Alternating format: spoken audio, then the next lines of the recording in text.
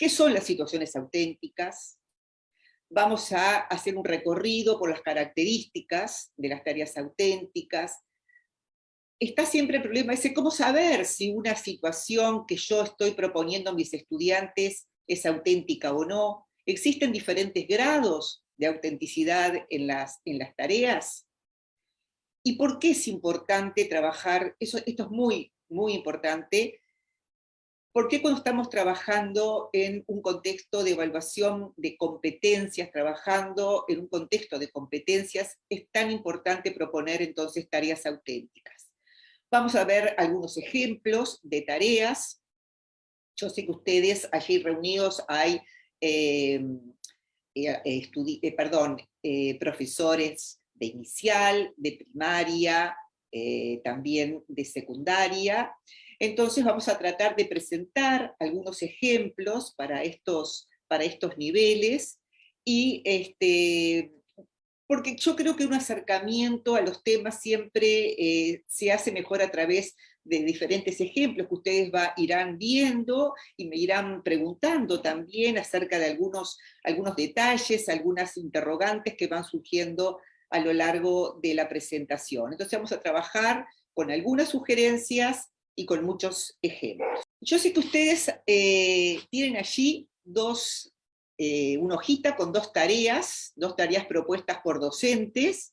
Son tareas auténticas, propuestas realmente, de tareas auténticas en el sentido de que son tareas que nosotros recogimos en unos trabajos de investigación que estuvimos haciendo en diferentes países de América Latina, entre los que se encontraba también Perú, y recogimos propuestas de los maestros al momento de evaluar.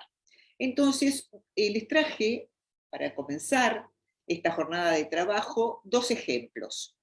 Este que aparece ahora en pantalla, y que es otra propuesta de otra maestra en este caso. Vamos a leer, yo sé que ustedes lo tienen allí, ¿verdad? Vamos a leer, pero muy rápidamente, estas dos propuestas. Esto es un trabajo que una profesora de educación media del área de ciencias propone a sus estudiantes. Es una prueba de evaluación, de los cuales aquí yo tomé solamente 2 puntos, dos de los ejercicios que propone, el 6 y el 7, era una prueba de mayor extensión.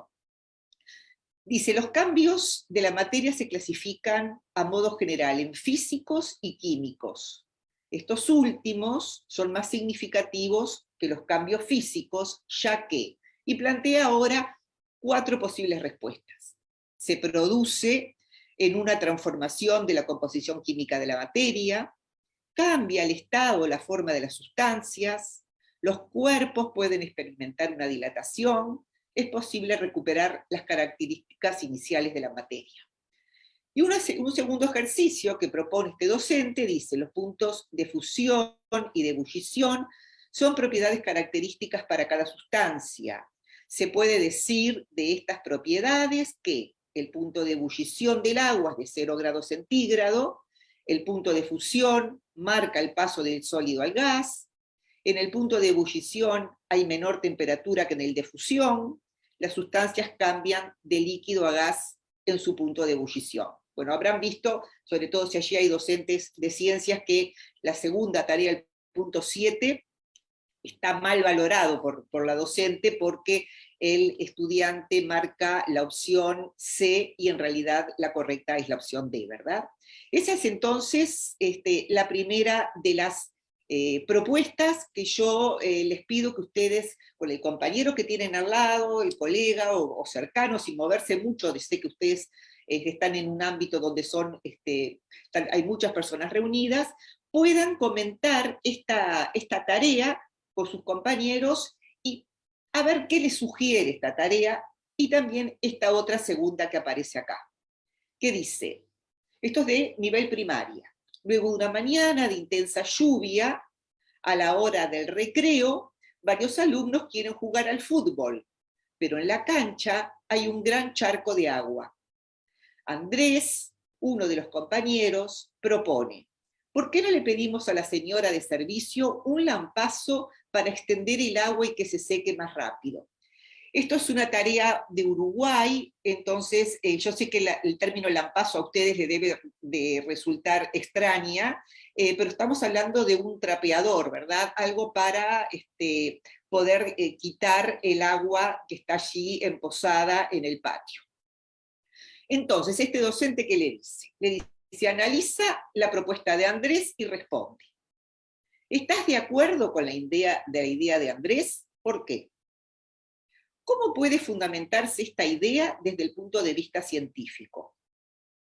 Utiliza para dicha fundamentación los conceptos sobre cambios de estado, calor y temperatura trabajados en clase.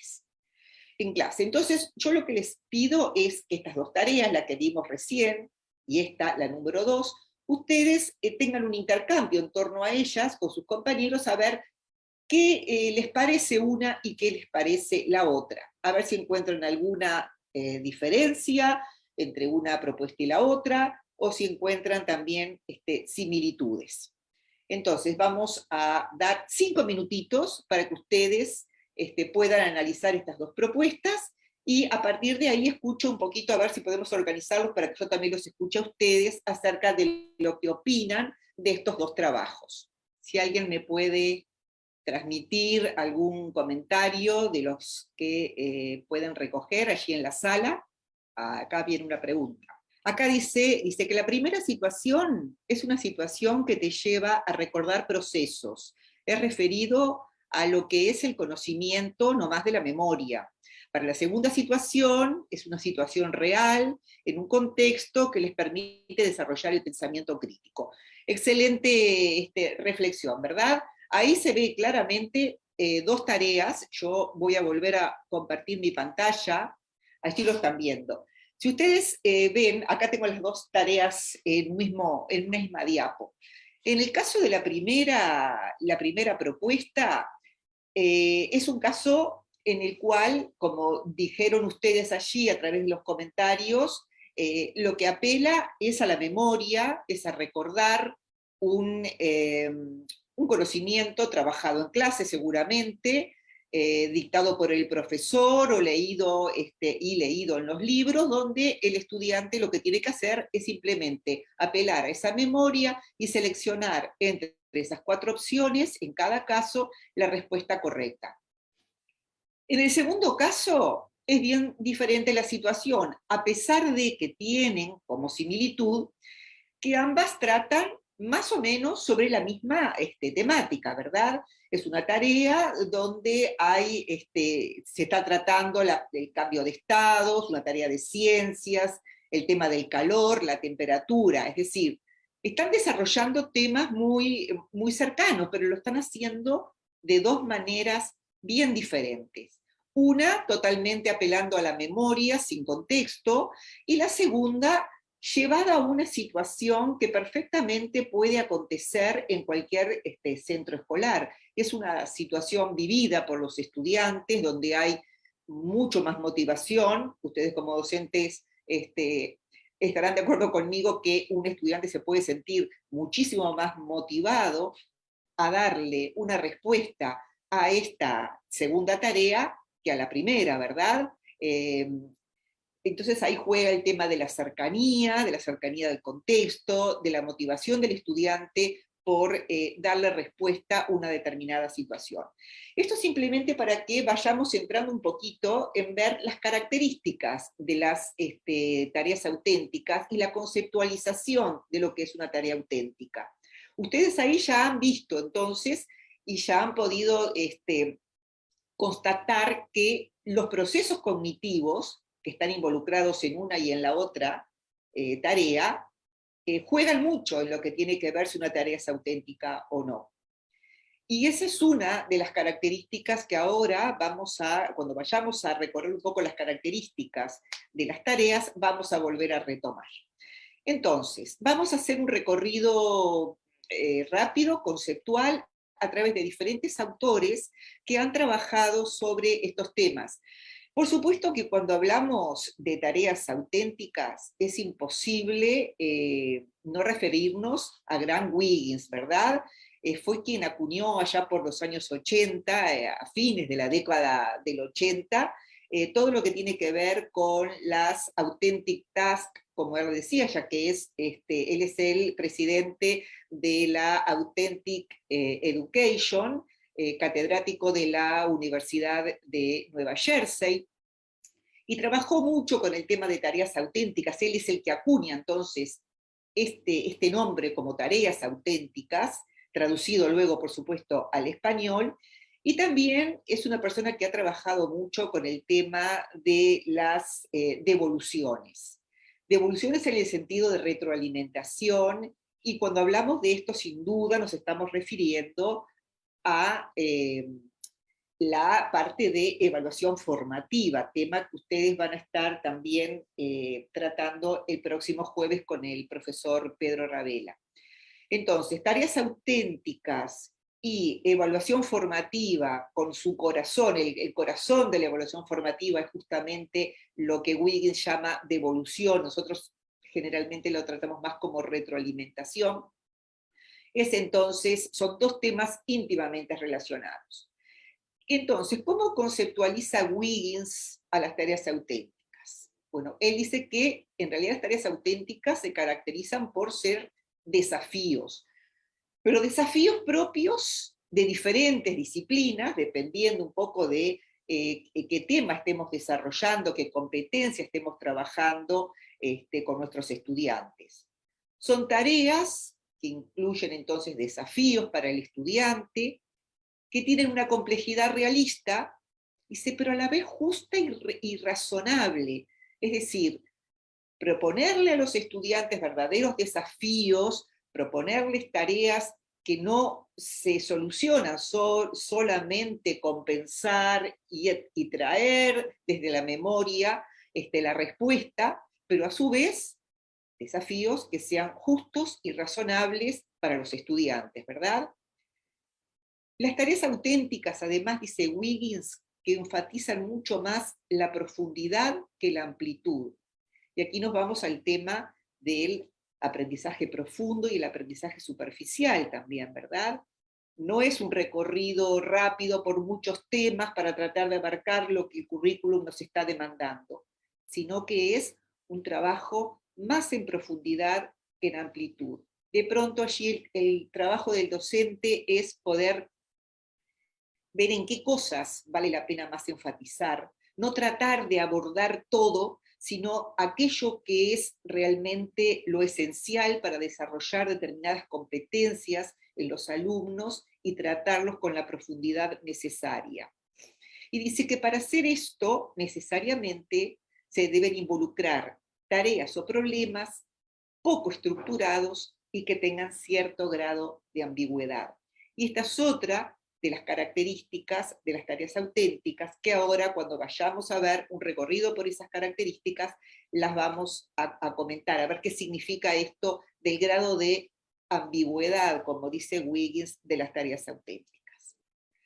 Y otra persona importantísimo, Carles Monereo, psicólogo educativo de Cataluña, él también, ustedes lo habrán escuchado muchas veces, referirse a las tareas auténticas y sobre todo a los diferentes grados de autenticidad de las tareas.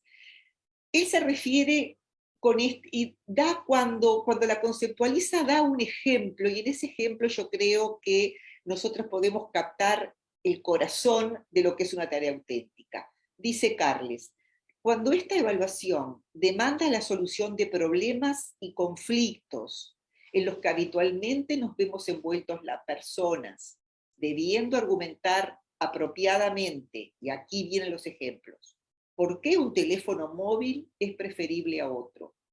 ¿Un alimento es más saludable que otro? ¿Una medida económica es mejor que otra o un método de investigación es más adecuado para los objetivos que se persiguen? Entonces, aprender para esa evaluación no se diferencia mucho de aprender para la vida. Entonces, estos simples ejemplos que da Monereo acá es lo que nos puede dar una idea más auténtica de lo que es una tarea auténtica. Es decir, preguntas que desafían al estudiante a desentrañar un problema, por ejemplo, lo que ellos viven cotidianamente. Tienen que comprarse un teléfono celular, o su papá tiene que comprarse un teléfono celular, o le van a regalar un teléfono. Bueno, a ver, ¿cómo es? ¿Cómo selecciono? Hay una variedad enorme, ¿no?, de modelos, de precios, de características. ¿Cómo hago para seleccionar cuál es el teléfono móvil que a mí me serviría más? Bueno, eso es una tarea auténtica. Proponerle eso a los estudiantes en la clase es una tarea auténtica, y tendrá que ver entonces las características de los diferentes teléfonos, las marcas de los diferentes teléfonos, las funcionalidades que tiene, y por supuesto el precio de cada uno de esas ofertas, ¿verdad?, que se plantean en teléfonos móviles, para ver a cuál puedo acceder. Con esa simple situación se puede realmente tratar un tema donde puede estar involucrada una cantidad de competencias, y que el estudiante seguramente lo va a abordar y de una manera mucho más interesante, más motivado y con más ganas, evidentemente, de poder darle solución a ello. Y una última persona a la cual yo me quiero referir es Philippe Mérieux. Philippe Mérieux es un pedagogo francés, donde él hace hincapié en una tríada que es proyecto, problema, recursos. Dice Mérieux que lo que tenemos que tratar en los estudiantes es de generar el deseo de aprender. Y para ello, un camino es plantear un proyecto que esté generando un problema. Hay un proyecto, se descubren dificultades, problemas en ese proyecto, hay que darle una solución. Y a partir de ahí se van buscando diferentes recursos para solucionar ese problema. Dice, porque en el fondo lo que da sentido a lo que se hace es la respuesta a una pregunta. Y el alumno solo aprende si esta respuesta corresponde realmente a un problema que él ha descubierto y a una pregunta que él ha podido formularse. ¿Y cuántas oportunidades tenemos de plantear proyectos, problemas, a partir de diferentes temáticas y diferentes competencias que nosotros debemos desarrollar en los estudiantes? Por ejemplo, se me ocurre, ¿por qué una pila eléctrica genera corriente? Que una pila común genera electricidad. Bueno, a través de esa simple pregunta, simple entre comillas, se puede hacer un gran recorrido a través de diferentes preguntas, a diferentes propuestas, donde el estudiante le encuentre sentido a responder a eso. Evidentemente que tenemos antes que ver cuáles son las motivaciones de nuestros estudiantes, por qué lado podemos entrar con esos temas, ¿verdad? Y por supuesto, siempre tratando de aunar esos problemas que nosotros planteamos a los estudiantes con lo que nos demanda también nuestros programas y nuestros currículum. Y hablando de eso, yo me accedí al currículum nacional, que ustedes manejan el currículum de la educación básica, a ver qué decía ese currículum respecto a las tareas auténticas. No las nombra como tal, pero dice situaciones significativas, y es exactamente desde el punto de vista conceptual, situaciones significativas, tareas auténticas, nos estamos refiriendo a lo mismo. Fíjense que en el currículum, en un apartado, en un pie de página, dice: entendemos por situación significativa un problema o un desafío. Lo estábamos ya viendo a través de la propuesta de Mérieux. Diseñado por los docentes con una intención pedagógica. Evidentemente que siempre va a haber una intención pedagógica de desarrollar determinadas competencias y lograr la comprensión de los estudiantes. Dice, esta se caracteriza por despertar inquietud, curiosidad e interés por parte de los estudiantes. Acá tenemos todo el tema de la motivación, el saber despertar el deseo de darle respuesta a una situación. Dice, lo que requiere que esté directamente relacionada con sus contextos, con sus intereses y con sus necesidades. Solo así podría representar un desafío y motivarlos a poner en juego todas sus capacidades. Se les llama significativas, no porque posean un significado importante en sí misma para el docente, sino porque a los estudiantes logran hacerle sentido. Entonces, los documentos curriculares de ustedes, que ustedes manejan allí en Perú, va en total consonancia con este enfoque de las propuestas de las tareas auténticas y incluyen en este recorrido que recién leímos, una cantidad de características que hacen a la propia tarea significativa o tarea auténtica. Entonces, a ver, vamos a poner un ejemplo, que este ejemplo también lo plantea Wiggins en sus documentos. Dice Wiggins, pongamos un ejemplo para ver qué es lo que sucede en las clases. Supongamos, dice Wiggins, que un conjunto de niños y de niñas vienen a una clase a realizar aunar sus conocimientos, hacer un pequeño curso sobre cómo jugar al fútbol. ¿No? Es un curso sobre cómo jugar al fútbol para niños, como en ese caso, o adolescentes. Entonces, dice Wiggins, a ver, ¿qué es lo que hace el profesor? Y bueno, primeramente lo lleva a un salón de clase, les habla sobre la historia del fútbol, las reglas que tiene este deporte, los grandes futbolistas de la historia, los grandes campeonatos mundiales de fútbol. Entonces pasan varios días hablando de esta parte teórica acerca de lo que involucra al tema fútbol. Luego, cuando ya ve que los estudiantes están un poco cansados, yo diría que hasta aburridos de la parte esta de la teoría, decide sacarlos al patio, a la cancha de fútbol. Que entonces comienza a hacer ejercicios. Les propone diferentes ejercicios. Por ejemplo, tirar al arco, correr con la pelota, marcar a un jugador, hacer un tiro de esquina. Entonces, con eso finaliza la parte práctica del curso para jugar al fútbol. Llega el final del curso y llegó el momento de la evaluación. Como muchos plantean, o que se planteaba antes, ahora por supuesto que eso ha cambiado, que la evaluación solo está al final, ya sabemos que eso no es así, pero esto así se había planteado. Llega el final, ¿no? La evaluación, entonces el docente decide plantearles un cuestionario con determinadas preguntas acerca de lo que han aprendido en la teoría, quiénes son los principales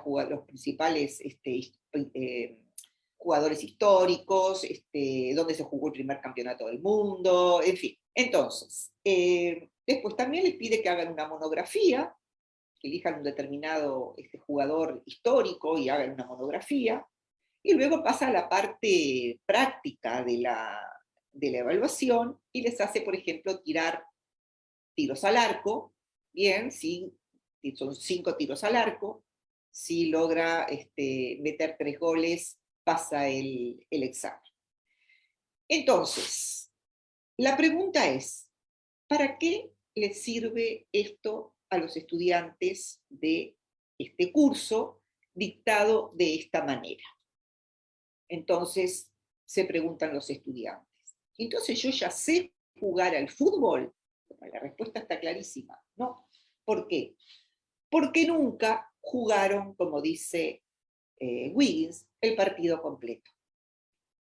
Vieron la teoría, vieron la práctica a través de ejercitaciones, pero nunca se los puso en situación de jugar un partido. Y esto es un poco lo que sucede en algunas clases, en algunos sistemas educativos, donde se plantea de esta manera las clases, ¿verdad? La reiteración de los ejercicios, preguntas teóricas. Entonces, ¿para qué me sirve todo esto? Podría preguntarse uno de los estudiantes. Bueno, cuando seas grande, le puede decir el profesor, y puedas jugar al fútbol, lo vas a entender. Pero nunca se les hizo jugar el partido completo. Por lo tanto, es imposible aprender a jugar al fútbol de esta manera. Entonces, ¿cómo se aprende a jugar al fútbol?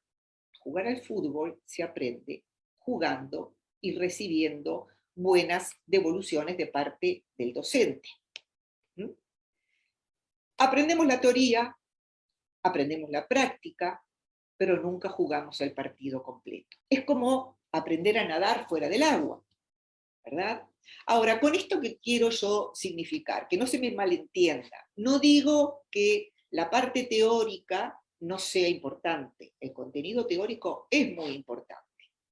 La ejercitación también es importante, pero si luego no ponemos ese contenido teórico y esa ejercitación que hicimos dentro de situaciones motivantes, situaciones propias de la vida cultural, social, familiar, científico, deportivo, dentro de un ámbito determinado, si no le damos sentido, entonces esas tareas pierden poder motivacional. Vamos a hacer ahora entonces, ya vimos muchas de estas características a través de los trabajos que estuvimos referenciando, pero vamos a ir viendo un poquito más ordenadamente cuáles son las características de las tareas auténticas. Primeramente, las tareas auténticas tienen que tener un propósito, una finalidad, ¿no? La propuesta de un producto a desempeñar. Por ejemplo, se le puede pedir al estudiante que hagan un informe científico, que elaboren una guía turística, por ejemplo, de su zona, de su barrio, de la zona donde está la escuela, o de la ciudad donde ellos viven. Se les puede pedir que hagan un periódico escolar, que se va a distribuir luego efectivamente entre los docentes y los estudiantes de ese colegio. Puede ser la propuesta una encuesta a la comunidad, siempre y cuando esa encuesta no quede solo en papel, ¿verdad? Sino que realmente esa encuesta pueda realizarse. Siempre encontramos alguna manera de poder lograr un nivel de autenticidad un poquito mayor que simplemente el hecho de elaborar la encuesta y que luego quede simplemente en el cuaderno de los estudiantes. Las tareas auténticas designan roles que cada estudiante debe asumir. Por ejemplo, el rol de ser periodista, escritor, científico, legislador. Allí ven diferentes láminas, fotos que indican diferentes roles. Evidentemente, cuando hablamos de legislador, es una situación simulada. Pero, por ejemplo, los debates a nivel escolar. Y cuando hablo de debates, hablo de tareas que se pueden proponer desde inicial, primaria, educación media, claro, dependiendo un poco del tema y del nivel etario de los estudiantes. Pero el debate es una excelente tarea auténtica para poder desarrollar determinadas competencias en los estudiantes. Tienen destinatarios, o sea, son tareas que están dirigidas a interlocutores reales. Por ejemplo, escribir una carta de solicitud dirigida a la dirección de la institución escolar para pedir, por ejemplo, una mejora en el patio de la escuela, que se instale una cancha de básquetbol o de fútbol, que puedan comprar más libros para la biblioteca escolar de la biblioteca de la institución. Es decir, esta es una tarea auténtica donde hay un destinatario que va a recibir esa propuesta y perfectamente la podemos hacer dentro de una institución escolar. Escribir, por ejemplo, a una autoridad municipal también solicitando una mejora para el barrio. De pronto no se le puede llegar directamente a ese consejo municipal, pero se puede hacer plantearlo con determinado grado de autenticidad, describir, bueno, esa petición y cómo lo haríamos y a quién deberíamos dársela para que le pueda llegar. Es toda de parte de los profesores, de parte de los docentes, ver de qué manera nosotros podemos encontrar las vías para que la tarea sea lo más auténtica posible en cuanto a que eso que estamos proponiendo, ese propósito, ese producto, llegue realmente a un destinatario, ¿no? Por ejemplo, se puede escribir un cuento, podemos hacer un taller de cuentos y hacer luego una propuesta de que esos cuentos sean luego leídos a los niños de los grados más inferiores de la escuela, es decir, que por ejemplo los niños de quinto o sexto grado lo puedan ir a leer a los niños de preescolar o los niños de primero. Entonces, ¿para qué escribo el cuento? ¿Para la profesora? ¿Para la maestra? No, no solamente para ella. Lo escribo porque va a llegar a alguien que va a valorar ese producto que estoy elaborando. Entonces voy a tener más motivación para hacerlo. Voy a tratar de escribir de una manera que también llegue a ese destinatario con una estructura y palabras que me puedan entender. Miren cuántas cosas más, cuando hay realmente un destinatario real, se puede provocar.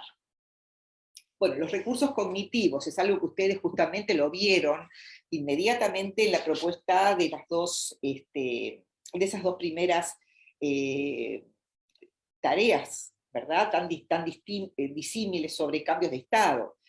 Las tareas auténticas no solamente se quedan con la transferencia de conocimientos que dependen de la memoria, no es solamente recordar, ni tan siquiera solamente aplicar, sino que son tareas que se resuelven a través de otros procedimientos de mayor demanda cognitiva, como puede ser discriminar, inferir, crear, investigar, justificar, decidir, tomar una posición, plantearla y defender esa posición.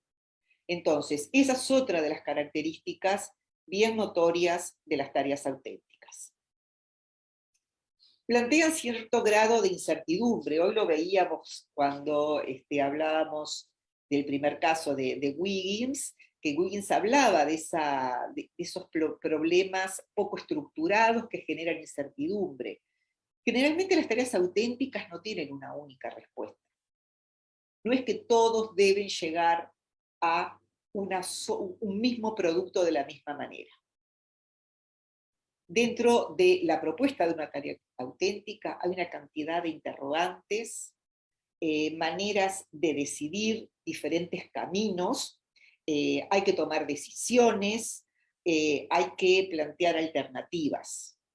Entonces, cuando yo me enfrento ante una tarea auténtica, siempre voy a tener que apelar también a mi creatividad. A ver, yo puedo ir por este camino, puedo ir por el otro. Entonces ahí voy a tener que tomar también decisiones, que es otra de las tareas que veíamos, otra de las características de las tareas auténticas.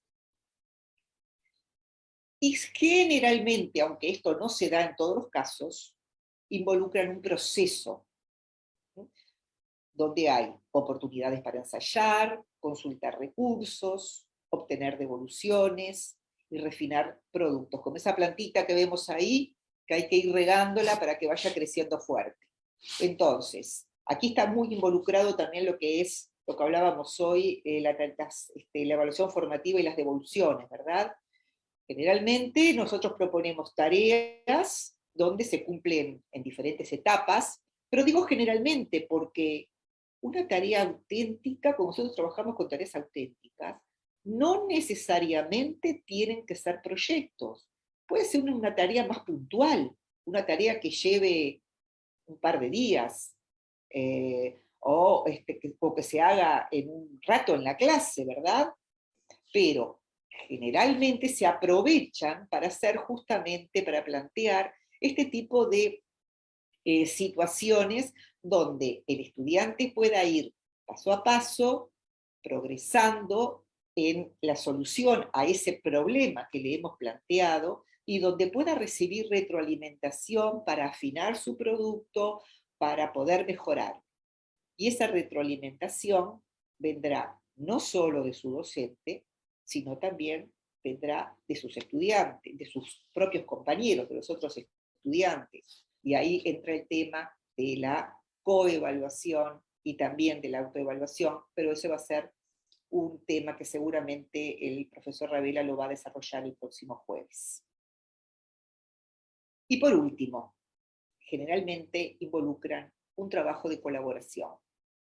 Se plantean situaciones que necesitan resolverse y el trabajo en equipo, evidentemente, siempre es productivo. Poder trabajar con colegas, poder trabajar con compañeros, todos aportan diferentes conocimientos, diferentes ideas. En el trabajo de colaboración es lo que sucede a veces también con nosotros los docentes, ¿verdad? El trabajo colaborativo entre docentes es fundamental. También es fundamental entonces plantear ese trabajo colaborativo dentro del aula.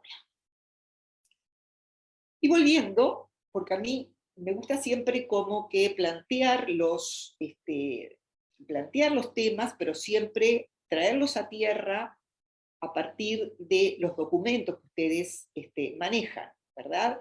Porque a veces nosotros vamos y escuchamos algunas ponencias, que todo muy lindo, salimos de pronto de esa sala con muchas ideas y demás, pero llegamos a la clase con nuestros alumnos y ahí ponerlos en prácticas a veces no es tan fácil. O sea, tenemos que ser un poco realistas también. Pero ustedes están muy ayudados en este sentido con los documentos normativos, los últimos documentos normativos, porque justamente están orientados a este tipo de tareas y a este tipo de aprendizaje. Entonces, en el documento que ustedes manejan, habla de lo que es una experiencia de aprendizaje y lo nombra como un conjunto de actividades que enfrentan a los estudiantes a una situación, a un desafío, a un problema complejo. Una de las características de las tareas auténticas. Se desarrolla en etapas sucesivas, que se puede extender en varias sesiones. Otra de las características que también la acabamos de ver. Desarrollan pensamientos de demanda cognitiva superior. También es otra de las características de las tareas auténticas. Y se deben hacer referencia directa a contextos reales o contextos simulados, porque evidentemente no siempre los contextos pueden ser reales. Dentro de una institución escolar tenemos limitantes, ¿verdad? Entonces muchas veces tenemos que simular las situaciones para darle cierto grado de autenticidad. Y tratar de que los estudiantes planteen de manera autónoma las actividades para enfrentar el desafío. De manera autónoma no quiere decir de manera individual, ¿verdad? Sino que logren desarrollar determinadas competencias que le permitan luego trabajar en forma autónoma en la vida. Entonces, ahora vamos a proponer un trabajito también cortito, ¿verdad? De unos, si les parece, de unos 5 minutos. Vamos a entregar a ustedes la tarea que aparece, es esta tarea que ustedes están viendo acá. Yo la voy a ir leyendo mientras ustedes la van recibiendo. Es una tarea para el nivel primario, nivel de primaria. La competencia podemos ubicarla dentro de asume una vida saludable, para desarrollar las capacidades de incorpora prácticas que mejoran su calidad de vida.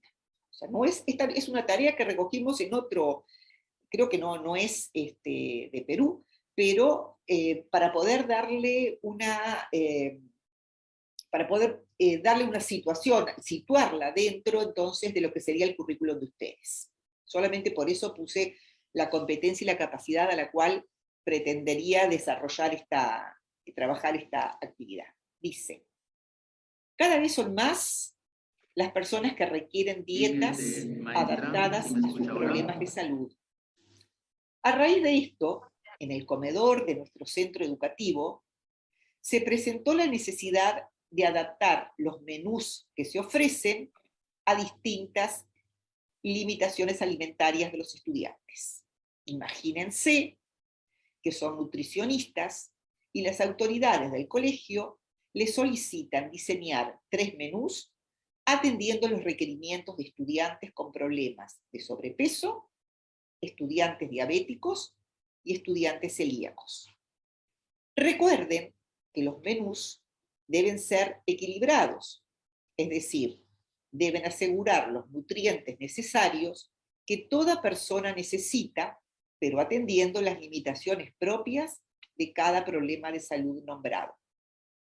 Para realizar esta tarea, pueden trabajar, les dice el docente a los alumnos, ¿no? Pueden trabajar en grupos de hasta 3 compañeros. Tienen una semana para elaborar los menús y presentarlos en clase. En esa instancia, recibirán comentarios de sus compañeros que les permitirán mejorar la propuesta para elaborar el producto final que deberán entregar antes de terminar el mes. Entonces, ¿qué es lo que yo les estaría solicitando? Bueno, lean en forma colaborativa con los colegas que tienen más cercanos allí en la sala esta tarea, y traten de descubrir en ellas esas características que vimos recién en las tareas auténticas, a ver si tiene un propósito, si hay roles que el estudiante debe desarrollar, si hay un destinatario para este producto, si tiene determinadas limitaciones, si genera incertidumbre, qué procesos cognitivos estarían allí desarrollándose, si tiene como característica el ser una tarea que nos lleva al trabajo colaborativo. Esa es la propuesta entonces. Y por chat, entonces, me van diciendo a ver qué encontraron ustedes en esta tarea. La tarea es desafiante, involucra procesos de alta demanda cognitiva de acuerdo a nuestra apreciación, define también un problema que los estudiantes deben enfrentar y resolver, tiene un propósito definido, está dirigida a destinatarios o audiencias específicas. Así también, el estudiante debe desempeñar un rol similar al que desarrolla. Se especifican las características del producto que se quiere alcanzar. Nosotros como docentes lo hemos entendido claramente, hemos entendido las características del producto que debemos realizar. Establece los criterios de calidad que debe satisfacer el producto. Bueno, allí considero que faltaría establecer criterios más claros de calidad, porque allí tendríamos que agregar de repente una rúbrica, ¿no? Una rúbrica. ¿Plantea algún grado de incertidumbre en la que haya que tomar decisiones y optar por diferentes caminos? Sí, sí plantea grado de incertidumbre.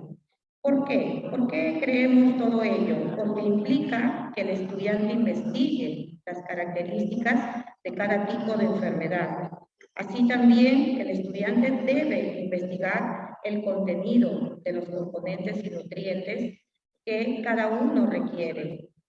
Además, que el estudiante ha pasado por los 6 niveles hasta alcanzar la alta demanda cognitiva.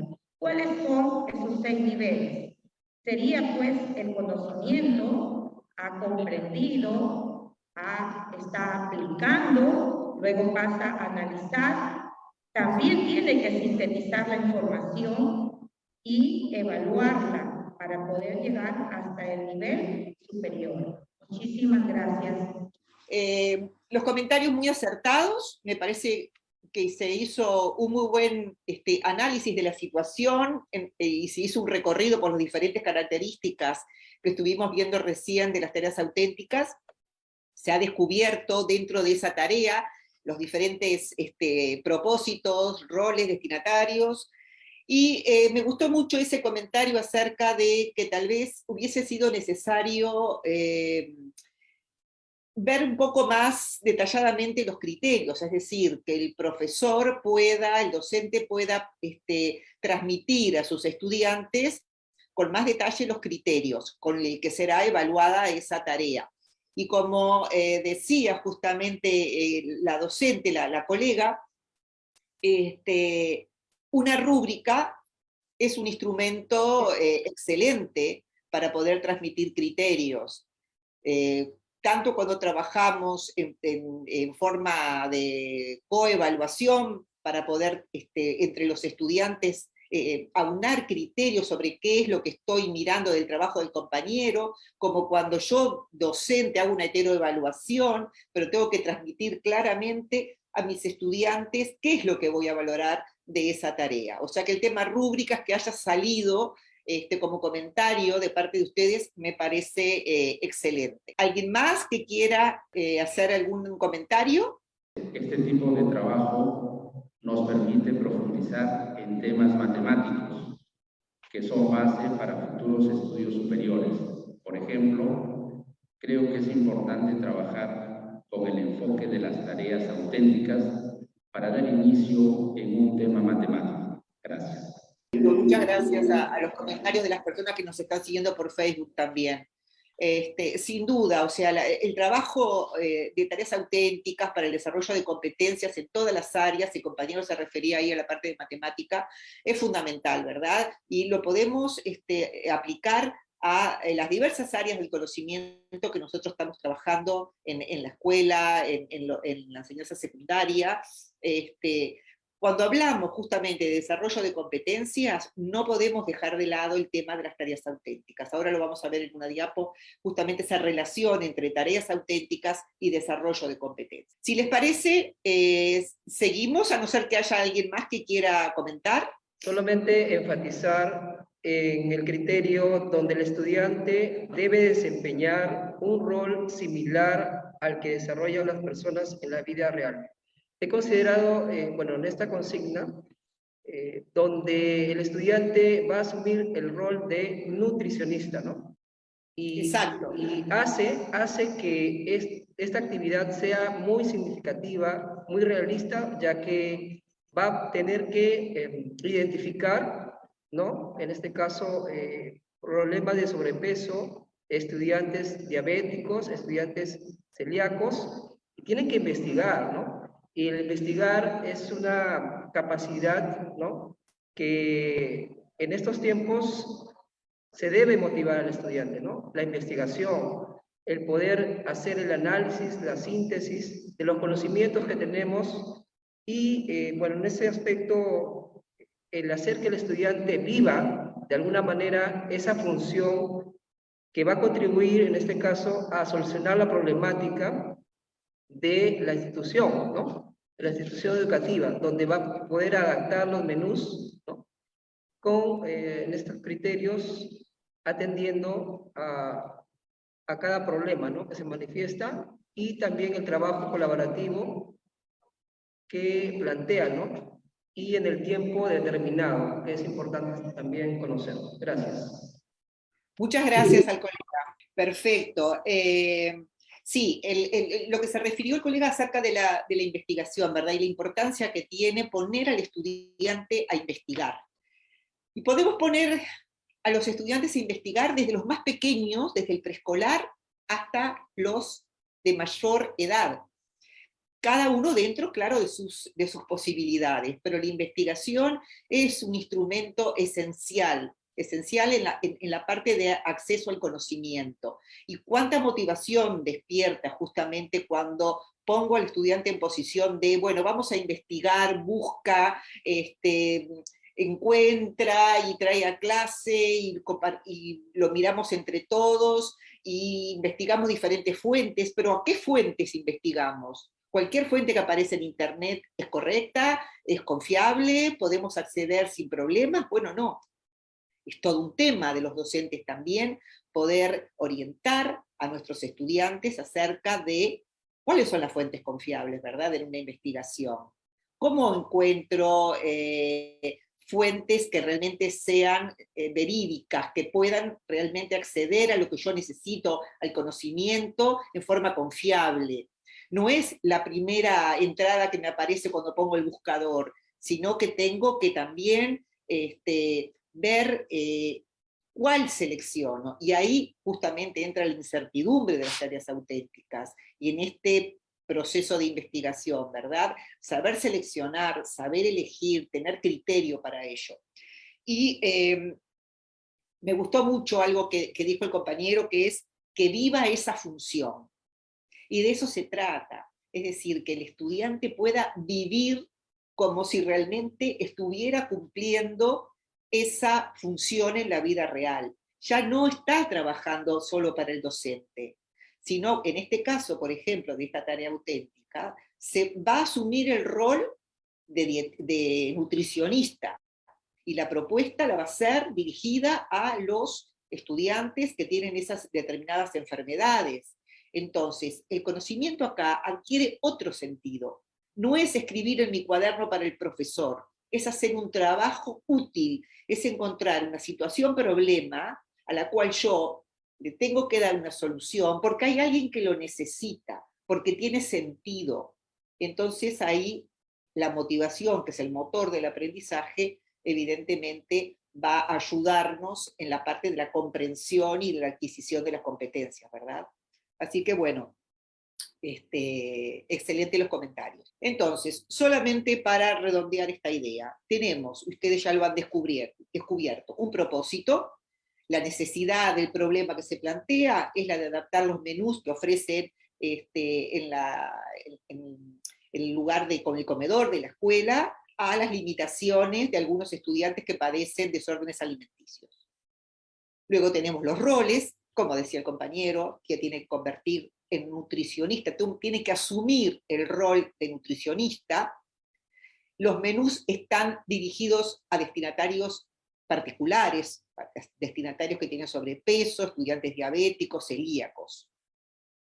¿Hay incertidumbre? Sí, hay incertidumbre porque tienen que elaborar menús que sean equilibrados, que tengan los nutrientes necesarios, y seguramente no van a arribar todos a un único menú, sino que cada grupo va a elaborar diferentes propuestas, y si siguen el equilibrio que debe de tener y los nutrientes necesarios, todos van a ser correctos, ¿verdad? Como producto.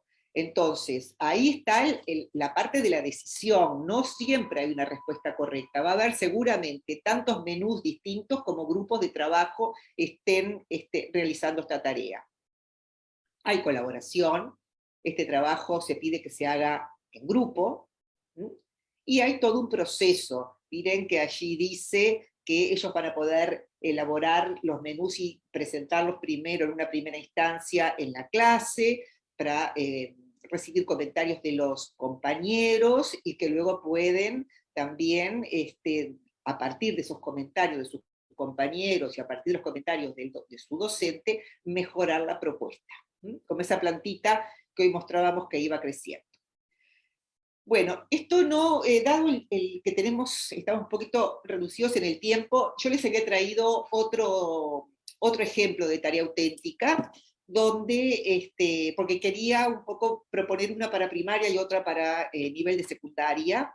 Esta es Construye interpretaciones históricas, y refiere a los trabajos de Comte, Karl Marx y Max Weber, los padres un poco de la sociología, que estaban estudiando esto en secundaria, dentro de la parte de ciencias sociales, y se hace una propuesta. ¿La propuesta qué puede ser? Bueno, a ver, investiga cuál es la propuesta de Comte, de Marx y de Weber, y elabora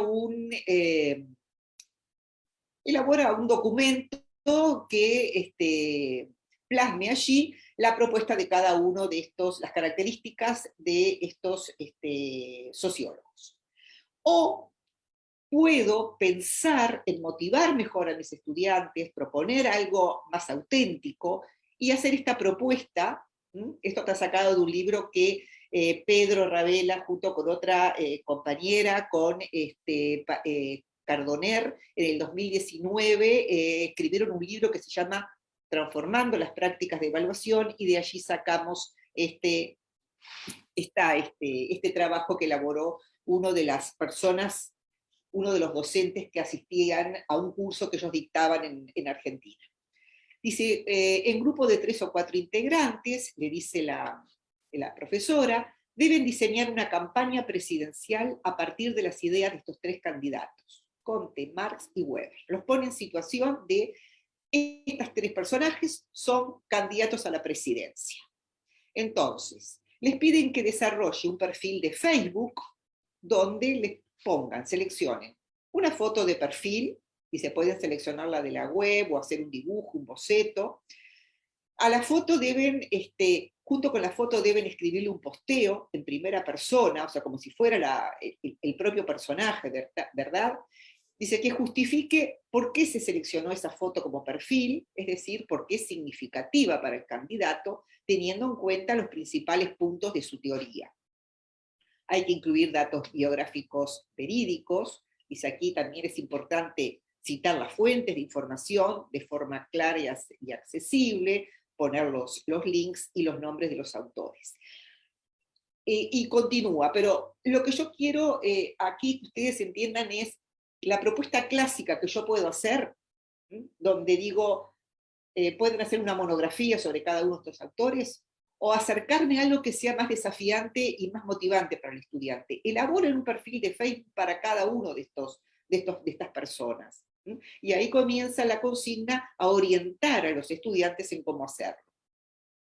Luego les pide que hagan 3 posteos con propuestas de la campaña, difundidos a través del perfil de Facebook, creado sobre los siguientes temas. ¿Qué opinarían ellos sobre, o qué propondrían para esa campaña? Sobre la inseguridad, sobre el empleo y sobre la educación. Miren qué 3 temas, ¿no? 3 temas fundamentales en una propuesta de campaña presidencial. Pero detrás de cada estos 3 temas está la ideología de cada uno de estos 3 personajes. Entonces, fíjense que el alumno tiene que hacer una suerte de transposición entre lo que ha estudiado de ellos 3 y poder llevarlo entonces a estos temas actuales de la inseguridad, de empleo, de la educación, cómo permearían a través de la ideología de estos 3 personajes. Dice, aquí puedes recurrir a artículos periodísticos recientes y reflexionar sobre qué posición adoptaría el candidato seleccionado respecto a cada tema. Después dice, en la clase siguiente, cada grupo lo presentará a sus compañeros, el perfil creado, y cada grupo va a revisar la propuesta de los otros equipos. Va a hacer valoraciones, va a marcar puntos fuertes, y va a hacer sugerencias para que puedan entonces cada equipo mejorar ese trabajo. Simplemente esto dejárselo como una propuesta, pero más a nivel de educación media con estudiantes de mayor edad. Y esto, para cerrar, es lo que yo les decía hoy. Cuando trabajamos en un encuadre de competencias, evidentemente el tema de las tareas auténticas es algo que se da por excelencia, ¿verdad? Porque ¿qué es ser competente? Es saber usar el conocimiento, es tomar iniciativas, tomar decisiones, negociar, arbitrar, elegir, correr riesgos, hacer, reaccionar ante la incertidumbre, pensar cómo resolver nuevos problemas con el conocimiento que he adquirido y que me he ido formando en competencias respecto a ese conocimiento. Es saber actuar ante situaciones nuevas. Entonces, poner el conocimiento en situación y en situación auténtica es fundamental si yo quiero desarrollar realmente competencias, ¿no? Entonces, cuando decimos en qué condiciones y en qué situación puede un alumno demostrar sus competencias. Aquí busqué estos autores que dicen que las competencias no pueden definirse sino en función de situaciones. Volvemos otra vez al tema de las situaciones y de las competencias. Situaciones que se dan dentro de un contexto social y físico. Es en situación, dice, que el alumno se construye, modifica o refuta los conocimientos contextualizados y desarrolla competencias a la vez situadas. Se trata de un proceso determinante para el aprendizaje escolar. Y por eso, con esto más o menos, y con estas imágenes, terminaríamos entonces la primera parte, y aquí solamente lo que quiero es proponerles salir del aula. Muchas veces la propia institución escolar, el propio patio de recreo, o el mercado que tenemos cerca, el laboratorio de nuestra escuela, ¿no?, nos proporciona muchísimas oportunidades de aprendizaje. Si tengo un laboratorio en la escuela, no puedo aprender ciencias dentro de 4 paredes de mi salón. Si quiero, por ejemplo, estoy estudiando con mis estudiantes la parte de frutas, verduras, alimentación, nutrientes, o en matemáticas, procesos de compra, de venta, bueno, vamos al mercado. Hagámoslo en situación. Propongamos al estudiante alguna situación concreta donde ellos tengan que darle respuesta, pero no en la clase, yendo al mercado, yendo al laboratorio, en el patio escolar. ¿Cuántas oportunidades del área de matemática encontramos en un patio? O del área de ciencias, o de geografía, o de historia. Vayamos a la biblioteca, y allí podemos tener muchas oportunidades de situar el conocimiento en contexto. Entonces, lo principal que es pensar en problemas significativos, que sean relevantes, vincularlos a los intereses de los estudiantes, de las experiencias y de sus necesidades. ¿Que esto es fácil? No, yo no he dicho que es fácil, y ustedes estarán pensando eso, ¿verdad? Bueno, muy lindo en la teoría, pero en la práctica a veces no nos resulta tan fácil. Y sí, estoy de acuerdo con ustedes, es posible, pero no es fácil, pero paso a paso podemos ir mejorando, podemos ir pensando nuevas situaciones, y si lo hacemos en colaboración con otros docentes, con colegas, mucho mejor, va a salir mucho más rápido y con muchas más ideas. Y tienen que salir estas situaciones del conocimiento profundo que nosotros tenemos de nuestros estudiantes. Porque ¿qué es significativo? De situaciones significativas. ¿Una situación es significativa para todos de la misma manera? Posiblemente no. Posiblemente dentro del propio grupo de estudiantes los problemas no sean tan significativos. Por eso tenemos que estar tratando de balancear, de equilibrar, y eso nace del conocimiento que tenemos de nuestros estudiantes.